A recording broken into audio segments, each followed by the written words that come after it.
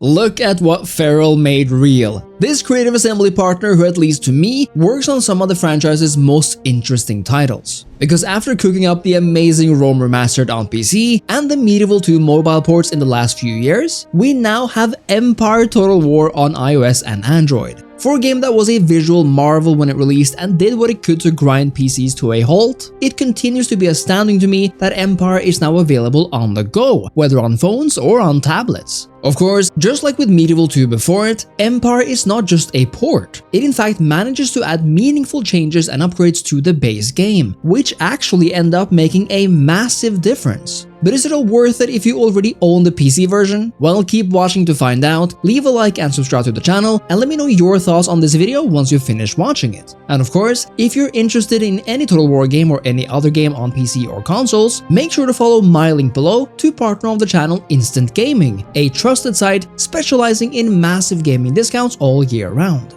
Now, just a disclaimer, I've been playing Empire on both a tablet and on a phone, so if the aspect ratio changes throughout the video, it's purely to showcase the various modes Empire can be played in, for more transparency for you guys. Now, if you don't know, which the chances are low of if you've been keeping up with the channel over the past years, Empire Total War takes place during the Age of Enlightenment, a time when European empires colonized the world, where new research creates vast differences in military technology, and where trade and naval power enables the expansion of both new and old spheres of influence. It's not for nothing that Empire was so anticipated back in the day, and why both Empire and its successor Napoleon still have loyal followings. It's just a unique time not just in Total War history, but in strategy games in general. And Empire especially offers something no other Total War really does, a globe-spanning map that truly sought to be expansive and giant, at least in terms of scope.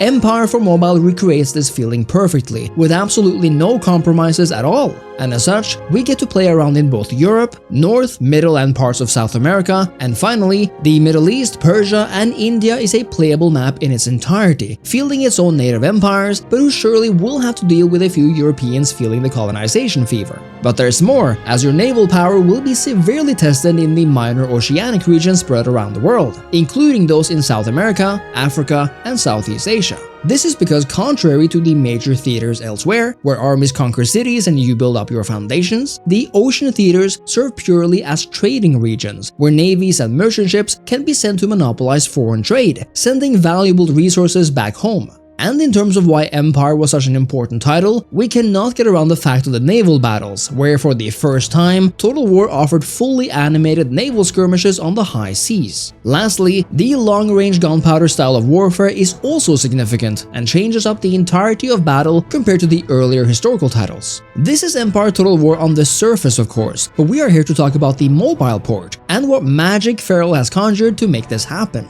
And I say magic, but you know, it kind of is. But where do we look to find this magic then?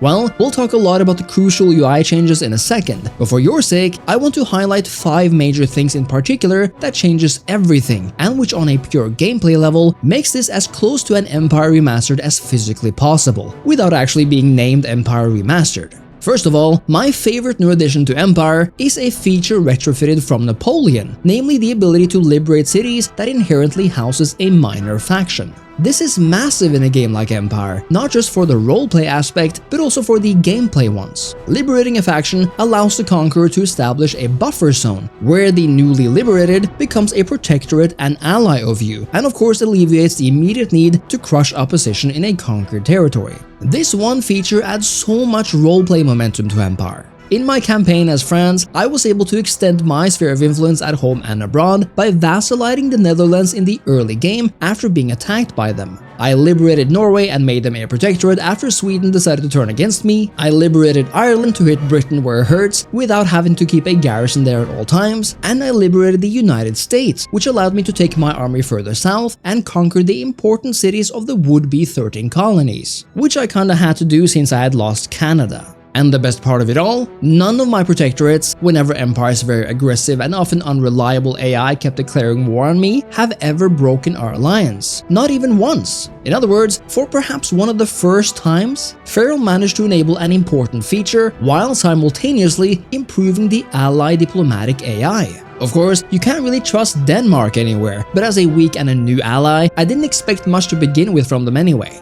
And for a vanilla Empire campaign, I've actually never had this much fun expanding my sphere of influence exactly because of this one feature now being enabled. Because it actually is a lot more fun when you can use both war and diplomacy as means of conquest, especially now that protectorates count towards your victory conditions. And speaking of diplomacy, I love that we have visible diplomatic inclinations now, meaning that you'll actually see, as in modern games, how likely a proposal is to being accepted by a foreign power. That being said, the enemy and neutral AI factions continue to be anti-player hawks, with multiple factions seemingly eager to declare war on you as soon as they smell blood, at least on hard difficulty and above. They are also still very eager to make certain non-balanced region trade deals. Feature number 2 is another retrofit, namely Napoleon's replenishment feature. Empire always had replenishment, but you actually had to manually pay money to do so, and it would even then always take a turn or two depending. Now though, the more modern logic is here, where units replenish more, less, or nothing at all, depending on where they are stationed. I think this is a great addition that feels natural and organic, but if you, like me, also find the original way of replenishment interesting, then Feral got you covered, because most of the new features that replaces an old one can be toggled, and that's an incredibly smart way of going about this. The next and third major feature is a research revamp, and honestly, this one is something other Total War games need to implement ASAP as well. Empire was the first Total War game with a tech tree, and arguably the one who did it the best at that, seeing as the changes in tech actually made a big difference to your campaign. But whereas the original campaign only allows you to research one tech at a time, Empire for mobile implements a new system of research points, where you may allocate different numbers of points to the research of different tech at the same time. This arguably makes having more universities more important and impactful than ever, because by doing so, you can find yourself unlocking multiple new techs faster than anyone else. It's also just a nice and more natural way to go about research, I think, since no country in real life focuses on researching just one new thing at a time. Feature number 4 is another major one, namely the ability to peacefully change your government type. Revolutions were indeed a thing in Empire, and they did change your government from, say, an absolute monarchy to a republic if successful, but you could never do so peacefully and would always have to risk a dangerous civil war to see a change like that. Well, now you can actually do so on your own through the research tree and with the right scholastic institution level. In fact, it's more complex than it ever was. Clamor for peaceful reform is not created if this process is begun, and you can peacefully transition from an absolute monarchy to a constitutional monarchy, and then from a constitutional monarchy to a republic based on lower class unhappiness. Alternatively, if you are a republic, an upper class coup can be made as well, turning a republic into an absolute monarchy. This is absolutely incredible, to be honest, once again adding so much to Empire, and the only addition I would have wanted from this system is the change of nation colors where appropriate, nominally and crucially for France, whose white colors do not at all fit with a republican state that should be colored blue. I mean, this is common knowledge. Other than that though, absolutely fantastic and goated stuff. For the 5th major feature, it's something that's going to be very convenient in terms of UI changes, and that is the city overview. Empire's city and town system remains on iOS and Android, of course, but Feral has changed how they are displayed. Because when you now click on a city, every building in the relevant region shows up, giving you easy access to every population center and kind of makes you think differently about the regions too, since instead of just seeing like 5 buildings, you now see all of them right there on the row. You can still click on them individually, of course, on the map, but I think this is very neat and useful, especially on a touchscreen. These are the most important new major features to me personally, but there are so many dozens and hundreds of smaller changes you'll notice as well. Some of these include a change to how religion is spread throughout the world, a new and more useful UI for saved games where every save is based on the relevant campaign and faction. If you choose to play a short campaign but want to play longer, you can now actually turn it into a long campaign, many more triggers for autosaves, forts now require upkeep instead of just an upfront cost. You can see your expected income next turn alongside your current money. There's an entirely new system of calculating town growth to make longer campaigns more interesting, and we now have a proper and newly painted portrait for everybody's favorite, King Charles II of Spain, which is just beautiful. But even then, there is so much more happening behind the scenes that I can't even mention half of it. But everything's been done to balance and create a better experience than the original Empire could ever provide before. Something crucial to a good mobile experience, however, and arguably my favorite part of this entire thing, is a good UI experience. And just like with Medieval 2 before it, Feral has crafted an absolutely beautiful, high-resolution and mobile UI for Empire. I love seeing these major map portraits of the world, where it's also easy to transition from one to the other. Checking the entire economy and stats of your nation is arguably easier and more straightforward than ever. I love the diplomacy screen, where you see the flags of every nation and the relationship of each. You can easily change your tax rates individually for the upper and lower classes by increments of 5% now. Individual tabs for armies, agents, and more is right there and easily legible, and I personally love the new aesthetic of the faction selection screen, which now allows you to click directly on the map to see more information about your faction. It just warms my map-loving heart. If there are criticisms of the port's campaign, they have to be that in general, especially if you are on a phone, cramming so much map onto a 6 to 7 inch screen can make things start to feel a bit small. So even though a phone might provide a more comfortable touch experience than a bigger tablet, I will say that the viewing experience is definitely better on the tablet. So too is the performance. I've been playing on an iPhone 15 Max Pro and an iPhone 11-inch with the latest M4 processor, and the performance is quite markedly different. While it does work perfectly fine on last year's best iPhone model, you do notice that it doesn't reach the heights of the iPad version, where things are notably smoother. The visuals do remain the same though, I believe, at least to a large extent. With this in mind, there is something Feral just can't fix with this port sadly, and that is Empire's inherent broken shadow resolution, which is noticeable in its jagginess. But apart from that, this is Empire's visual feast as you remember it, or even with added features like better smoke effects, an actual fixing of Empire's broken depth of field system, and cannonball craters left on the ground, which is another Napoleon retrofit. And as such, you know it, I know it, and Feral knows it. Empire is more than just a campaign, because we also have the battle maps. In many ways, Empire follows in the footsteps of what Medieval 2 managed to do before it, in that our battles are more or less exact replications of the PC version. The touch controls is obviously the single biggest change here, and will almost per definition make things harder or slow things down than with a mouse. Although you can of course also use a mouse here if you wish to do so.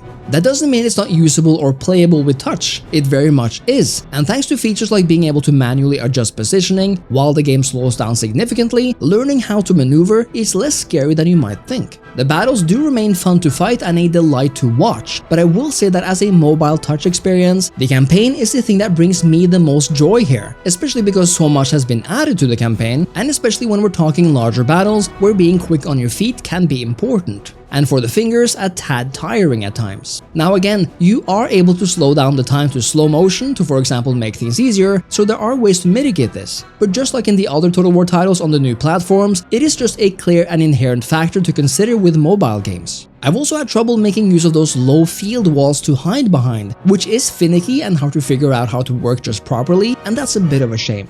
However, due to Empire's arguably more static long-range line warfare, those quick movements are a bit more forgiving, and the same goes for the naval warfare, where these slow-moving ships do make for a tad more comfortable battles. Just like the battle maps though, the naval battles do remain visual spectacles, and I just love having the naval battles as part of this campaign. In terms of those dreaded and infamous fort battles, in my experience, they are basically as you remember them. Feral has done a few tricks to try to alleviate the worst, but whether it is your own men taking the long way outside through the gates at a completely different wall, or the enemy just never scaling your walls, fort battles are still a mix of super fun defensive battles and the absolute worst Total War has to offer, frankly. And of course, whether good or bad, field or fort, land or ocean, all of these battles can be played in custom battles too, if you wish to test out anything in particular. When it comes down to it though, Empire Total War for Mobile is Feral's latest in a line of Marvel creations spanning several years now. Most things that remain in this port that I don't love, like the lack of a family tree or broken shadows, are for all intents and purposes the faults of CA proper from way back in 2009, and there is legitimately only so much Feral can do with an engine that's already hard-coded.